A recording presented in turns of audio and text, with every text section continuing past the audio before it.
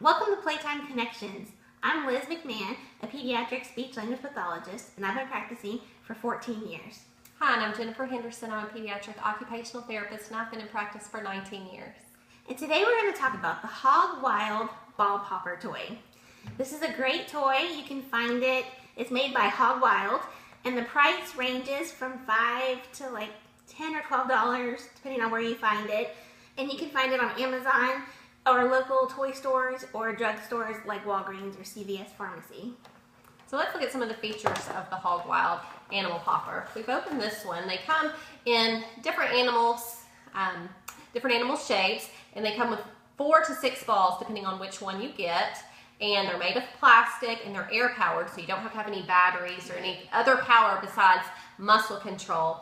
And how they work is you squeeze it and they pop. So let's get out a couple more balls. So they do come with 4 to 6 balls depending on where you get it. And with the version from Amazon, they'll come with a cute little sack that you can carry the balls in, and they're very lightweight. So they're great to put into your diaper bag or into your work bag if you're a therapist, into a backpack. And these balls are made of foam, so they're not going to hurt anything if you happen to shoot it indoors. You can also take it outdoors.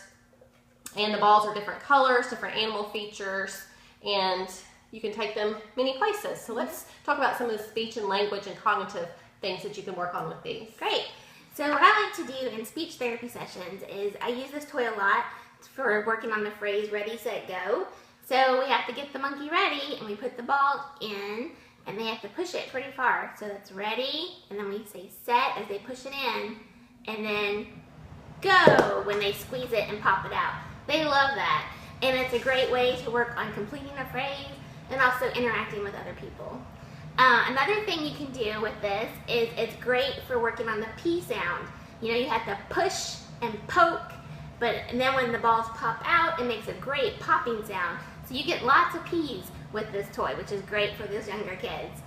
And then another thing is, because it comes with so many different balls, you can hold some of the balls, and they have the toy, and they have to ask for them. So they're requesting objects. So you could have them say more or more ball please, I want ball, whatever, wherever they are working on requesting.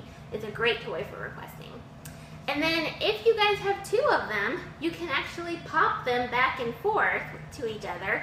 So it's a great turn taking, and then you could, one person has it, the other one person has it, and then they say my turn, your turn. So they're working on sharing and some of those social language things with turn taking, which is great. Idea. That's a great idea. Yeah, how about the fine motor? Great. So I want to talk about the differences between fine and gross motor. We've talked about those skills in some of our videos so far, so this is a great toy to explain the differences. So our fine motor skills involve the small muscles of our hands.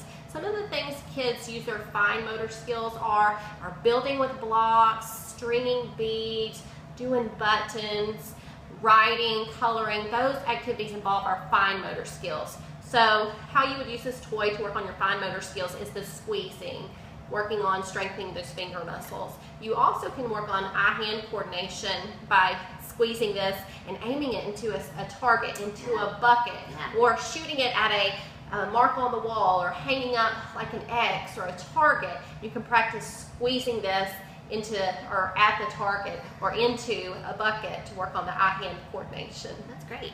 And then looking at gross motor skills as opposed to the fine motor skills. Gross motor skills involve more of our bigger body muscles. They are involved in things like walking and climbing and doing stairs.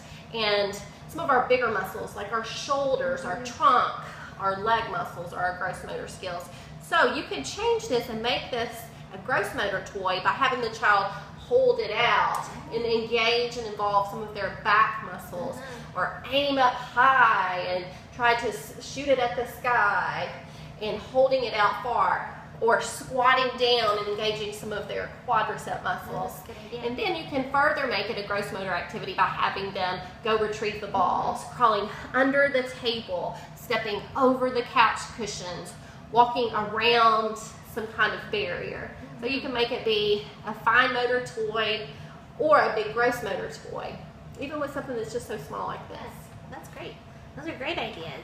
Well, we love this toy. We use it a lot in all our therapy sessions, and the kids just love it. One thing to watch for is the balls are a little small, so it's recommended for 3 and up. And as always, supervise your child to make sure they don't put it in their mouth because it could be a choking hazard.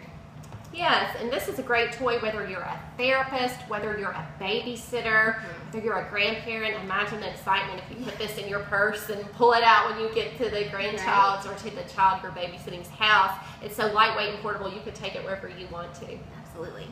Well, great. Well, thank you for joining us today. Thanks for watching, and stay tuned for our next video, and like us on Facebook at Playtime Connections.